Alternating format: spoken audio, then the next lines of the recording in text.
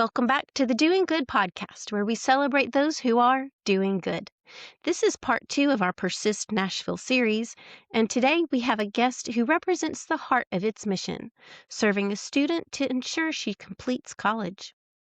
Our guest is Dakota, a Persist Nashville client currently attending University of Tennessee, Knoxville, and now she is also a volunteer with Persist Nashville as one of its student ambassadors. Welcome to the Doing Good podcast, Dakota. Hi, thanks for having me. Glad you're here. Let's start by understanding what led you to Persist Nashville. First, how did you connect with Persist Nashville in the first place? Then, what has kept you there? Graduating from Tyner Academy, well, coming out of high school, I got the opportunity to gain a scholarship from the Community Foundation of Greater Chattanooga. Um, and that led me to being connected with Persist Nashville. I'm not from Nashville. I've never been from Nashville, never really been to Nashville, but I was connected to them through like a scholarship ordeal, and was paired with a coach from that standpoint. I've stayed with them due to requirements for the scholarship, but I've also gained bigger bonds and greater bonds with the coaches that I've met, which has made this whole process way more enjoyable than it first kind of was perceived to be. Very cool. So, you mentioned coaches. Can you explain to the listeners who are unfamiliar with Persist Nashville who exactly the coaches are and what they do? So the coaches are trained individuals through Persist Nashville who reach out to college students that are involved in Persist Nashville.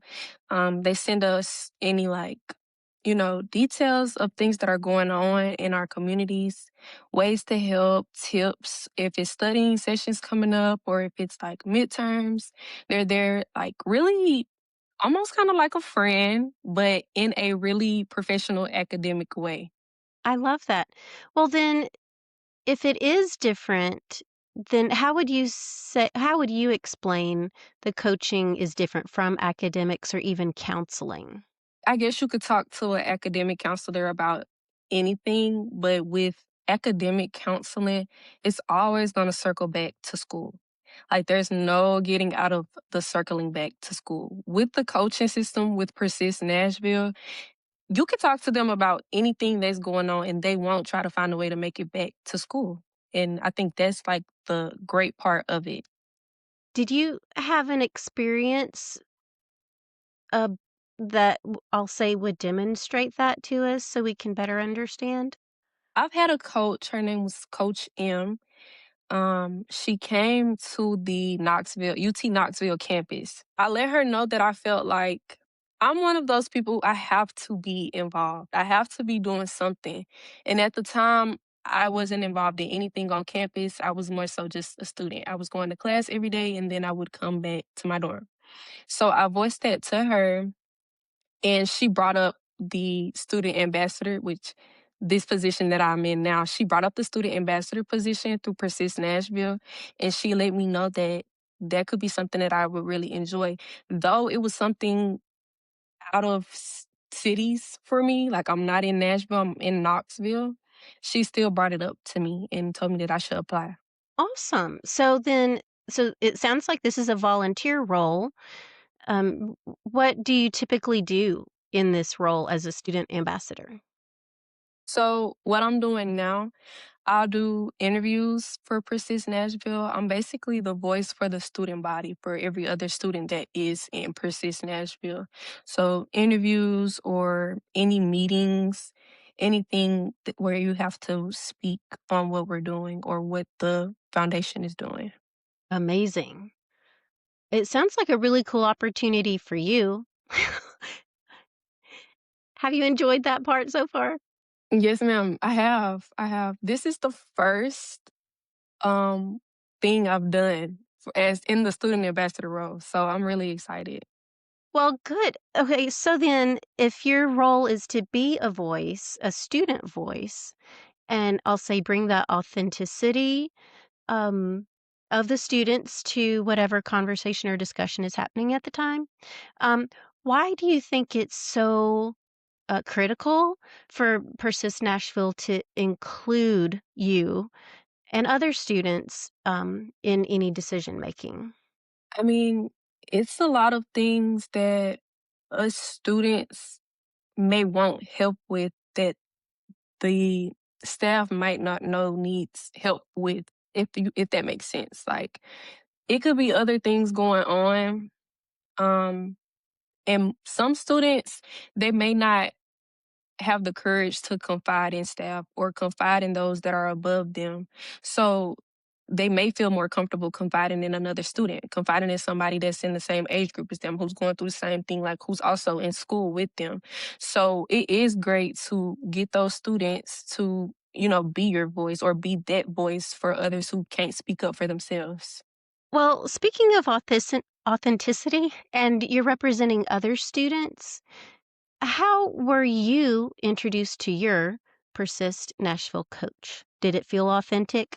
So initially, it was like I was talking to an AI chatbot.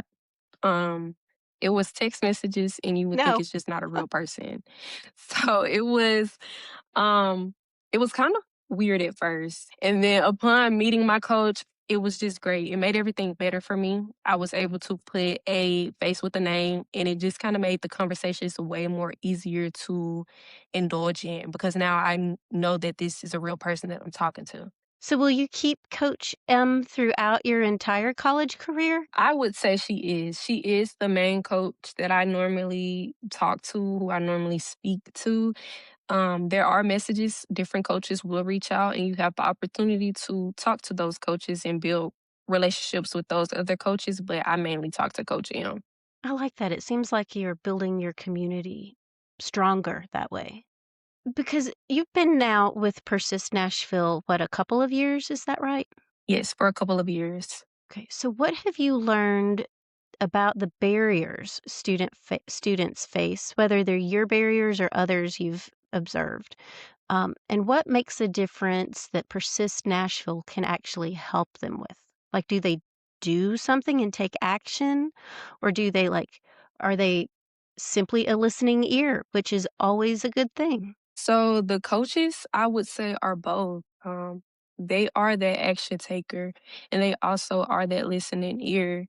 Um, I think being in school, students, us students, we don't always know where to go when we need help.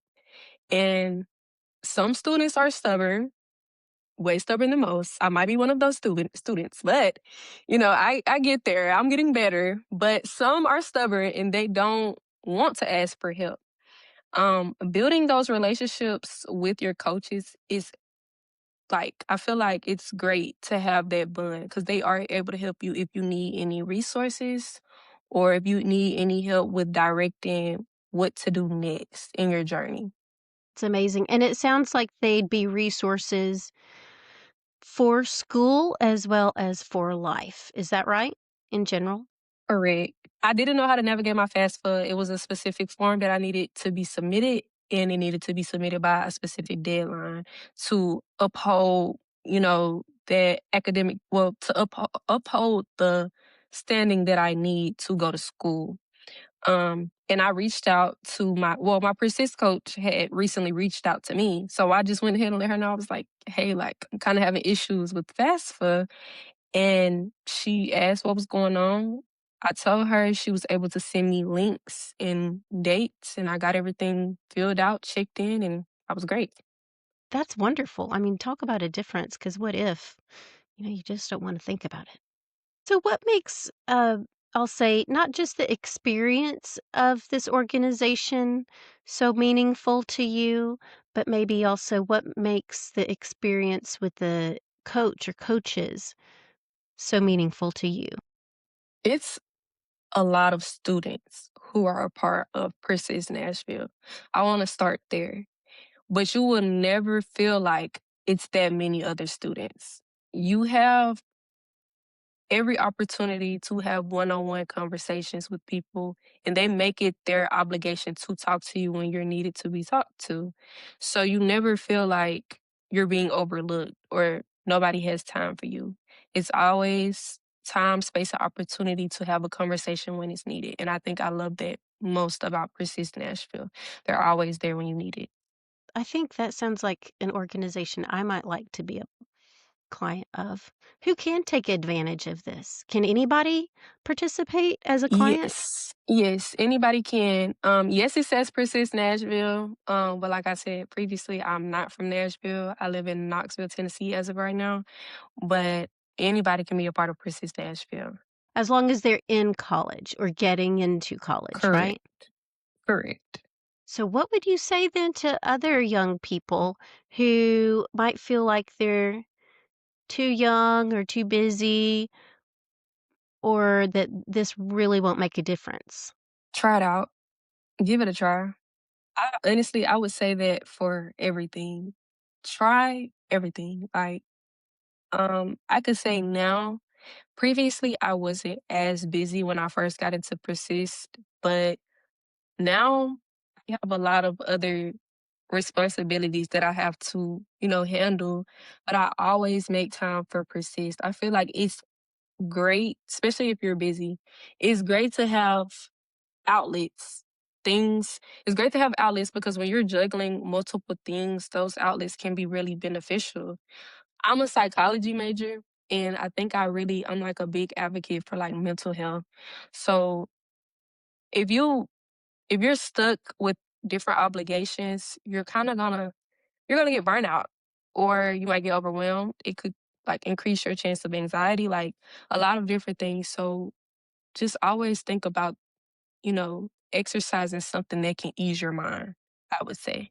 That's what I would tell somebody else. I think that sounds so well informed and educated. I love that. Um, School is paying off. Go Vols. So, Dakota, what final thoughts today would you like the listeners to know about Persist Nashville, whether they're interested in being a client or if they're interested in volunteering for the organization? I think just to double back, just reach out. It does not hurt to reach out. You can always reach out to anybody in the organization and they will give you full information on everything. I might not have been able to inform everybody as well as I could, but I know there is somebody who is a part of the organization that will inform everybody well and greatly. So maybe listeners can visit the Doing Good website and look at the blog post about you and about Persist Nashville and pick up the website there for sure. Um, Yes. but I love it. I appreciate your your your stance on just trying things, right? It sounds like that's the key to your college life.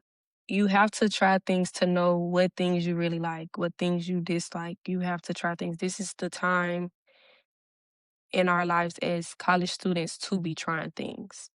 So, like, I think that's why I just have a strong viewpoint on it. I think that's beautifully said. Thank you so much, Dakota, for your time today and your passion for Persist Nashville and being a voice for college students. Yes. Thank you so much for having me. Persist Nashville walks along their students, listens to them, provides resources and support, and believes in their potential, even on a Saturday morning, especially on a Saturday morning. Thank you, Persist Nashville, for the work you do, for students today and for tomorrow's leaders. And thank you, Dakota, for sharing your stories with us. I have no doubt you are and will be a leader throughout your life. Thank you for listening to this episode of the Doing Good podcast. If you enjoyed our conversation today, we invite you to subscribe or rate us on your favorite podcast platform. And follow us on Facebook, Instagram, Pinterest, LinkedIn, or YouTube at Doing Good TV. Doing Good is a 501c3 nonprofit. Please donate to support this podcast via the donate button on our website, doinggood.tv. And while you're there, nominate a volunteer you know for us to celebrate on a future episode. Together, let's celebrate those who are doing good.